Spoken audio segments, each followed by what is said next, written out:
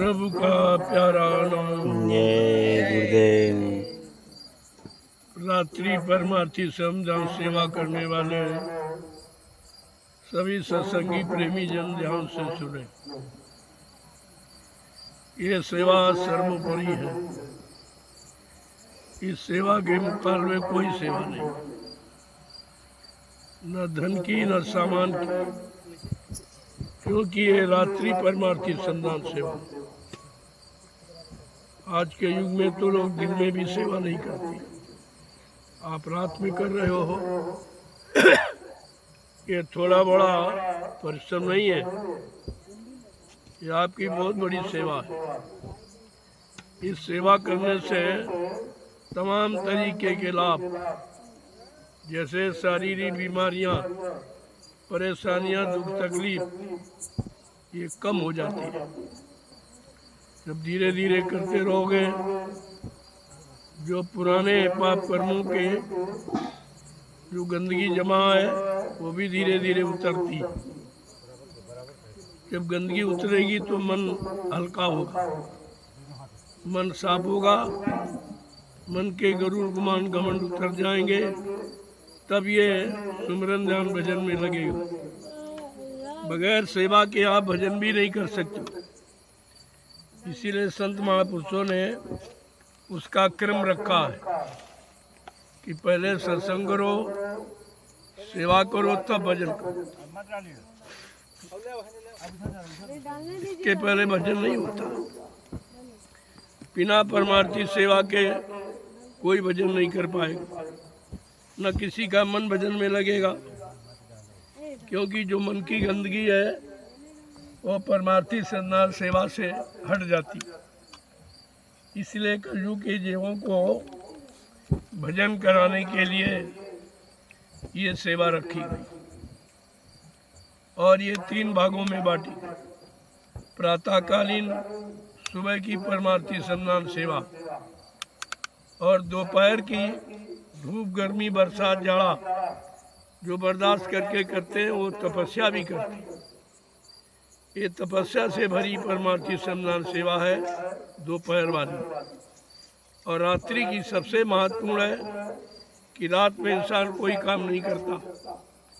आज सारा हिंदुस्तान तुम्हारी रात्रि परमार्थी संदान सेवा को देख रहा है और बड़ा आश्चर्य कर रहा है कि कैसे लोग हैं, कैसे गुरु भक्त हैं, कैसे गुरु के आदेश का पालन करने वाले हैं, जो रात में करते हैं।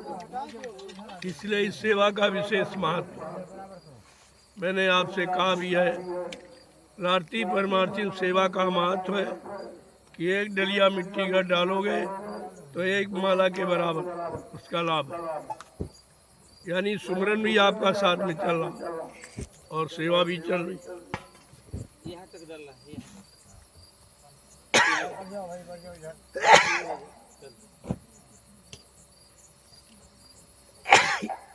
ये दोनों तरफ का लाभ है आप। इसलिए इस सेवा से प्रेमियों को वंचित नहीं रहना चाहिए। सब काम बंद करके कुछ न कुछ रात्रि परमार्थी संदान सेवा करनी चाहिए। इसीलिए मैंने आखिरी समय में कुछ डलियों का जिक्र किया कि आपको 10 डलिया डालनी। अगर 10 आपने डाली फिर भी आदेश का कुछ पालन तो कर ही लिया। पूरा पालन करोगे, पूरा लाभ, जितना आप आदेश मानोगे उतना लाभ आपको मिलेगा। लेकिन कुछ न कुछ लाभ को देने के लिए ये बाद में जो संख्या रखी गई कि 10 डलिया आपको डालना, तो अगर उतने भी आपने कर ली तो कुछ तो लाभ पाने की अधिकारी आप बनी गए। तो सबको लाभ कैसे मिले, उसके लिए आखिर में मैंने इनसे सेवा की संख्या रख दी कि भाई 10 डलिया तक अगर आप डालोगे तब भी आपको कुछ न कुछ लाभ मिल जाए। ये लाभ देने के लिए ये व्यवस्था आपके लिए रखी। परमार्थी संदान सेवा कहीं नहीं कराई जाती। तुम हिंदुस्तान में कहीं चले जाओ, चाहे कोई धार्मिक मिशन हो चाहे राजनीतिक दल हो, लेकिन परमार्थी सेवा न कोई जानता है और न कोई कराता है, न कराकर आपको कोई लाभ दे सकता। ये तो केवल सेवा नैमिषारण्य की पावन पवित्र भूमि पर हो रही है, जो 88,000 ऋषियों की तपोभूमि। ये तपोभूमि का लाभ है, वो तपस्या की भूमि है, तपस्या से तपाई गई शुद्ध की गई भूमि। इसलिए आपसे भी कुछ न कुछ तपस्या परमार्थी संन्यास सेवा के रूप में करा ही ली जाती। इस राज रहस्य को आपको समझना चाहिए। जब समझ लोगे तो धीरे धीरे लाभ पाने के अधिकारी बन जाओ, और आलस करोगे तो लाभ से वंचित रह जाओ। यहाँ आने जाने का रहने का लाभ नहीं है, क्योंकि इसका नाम है आश्रम। अपना श्रम करके जब यहाँ समय बिताओगे तो आपको उसका लाभ मिलेगा। अगर कोई श्रम आपने नहीं किया तो फिर लाभ पाने के अधिकारी आप नहीं।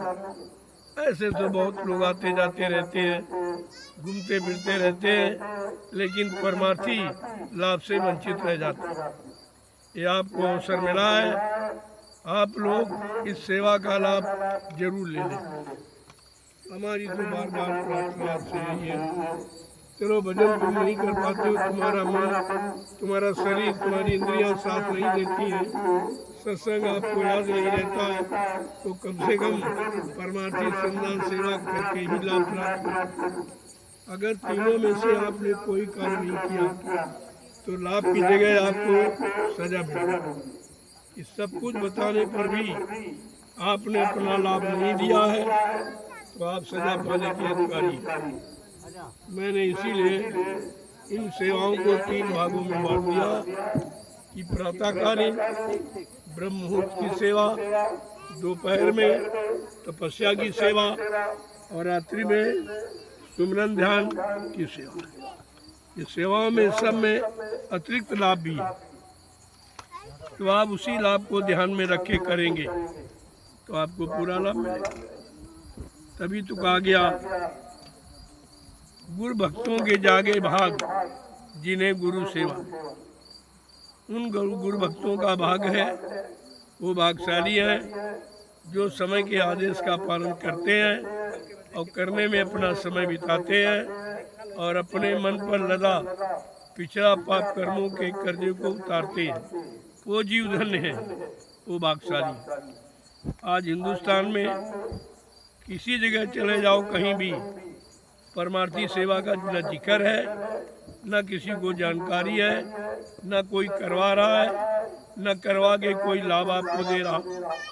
क्योंकि ये जानकारी जब होगी जब संतों के परमार्थी वचन आप सुनेंगे, समझेंगे और जीवन में उतारेंगे, तब आप उसका लाभ पाने के अधिकारी बन पाएंगे। इसलिए मैं बार बार यही कहता हूँ कि हिंदुस्तान में जितने भी धर्म, जितने मजहब फिरके हैं, चाहे वो धार्मिक राजनीतिक कोई भी हो, मैं सबसे प्रार्थना करता हूँ कि आज ये समय कलयुग में आपके लाभ के लिए आ गया है।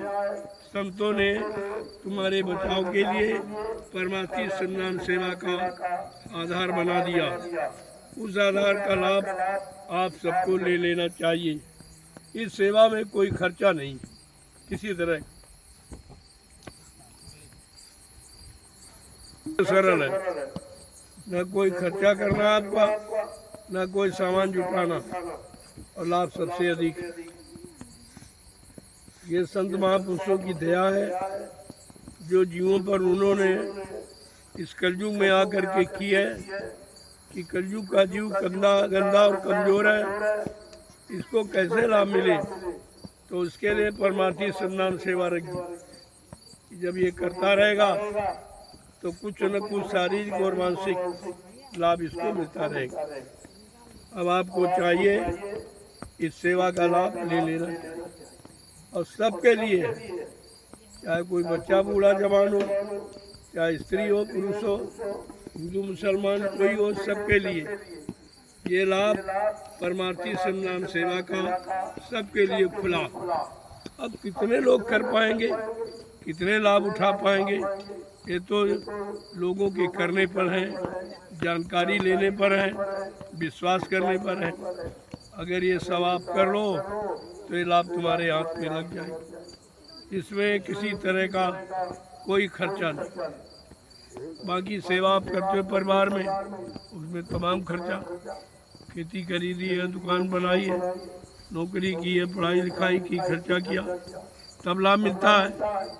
लेकिन परमार्थी श्रमदान सेवा में कोई पूंजी की खर्चा नहीं, केवल शरीर से आपको करना है और शरीर से ही बुरे कर्म आपने किए, उन बुरे कर्मों का जो पर्दा आप पर पड़ गया है, जिसके कारण मन भजन में, सुमरन ध्यान में नहीं लगता है, सत्संग को नहीं याद कर पा रहा है, एक जगह टिक नहीं पा रहा, तो मन को टिकाने के लिए, मन को स्थिर प्रज्ञ बनाने के लिए, मन को एकाग्र करने के लिए संत महापुरुषों ने दया करके हम सब कलयुग के जीवों के लिए ये परमार्थी श्रमदान सेवा रखी।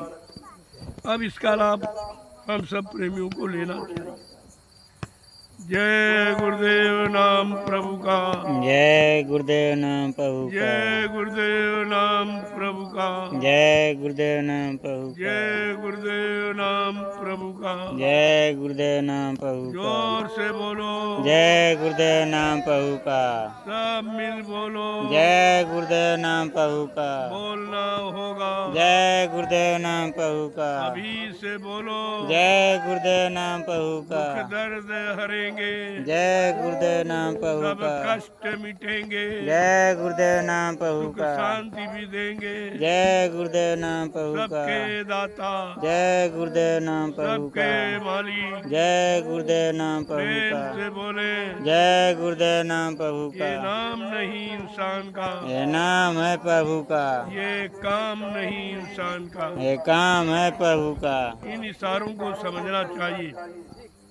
ऐसा संकेत इशारा किसी युग में किसी के नाम से नहीं किया गया, न उस नाम के वादों को बताया गया ये नाम कौन कौन सा काम करेगा।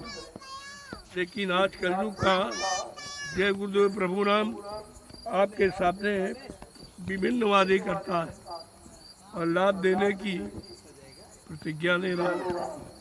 कम से कम ये तो आपको समझना चाहिए, नहीं तो ये नैमिषारण की पावन पवित्र भूमि के अतिरिक्त तुम विश्व में कहीं चले जाओ, ये ना तो ये आध्यात्मिक सत्संग कहीं है, ना ये परमार्थी सेवा है, और ना ही मतलब यानी तुम्हारे लिए कोई साधना है।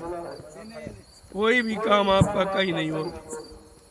इसलिए समय खराब आ गया, उस खराब समय से बचने के लिए आपको कोई न कोई सेवा कर ही लेनी चाहिए। सत्संग करो, भजन करो और परमार्थी सेवा करो। तीन में से कोई न कोई काम तो आपको कर ही लेना। तीनों करोगे तो तीनों का लाभ अलग है। एक करोगे तो एक लाभ, दो करोगे दो का लाभ, और तीनों करोगे तीनों का लाभ।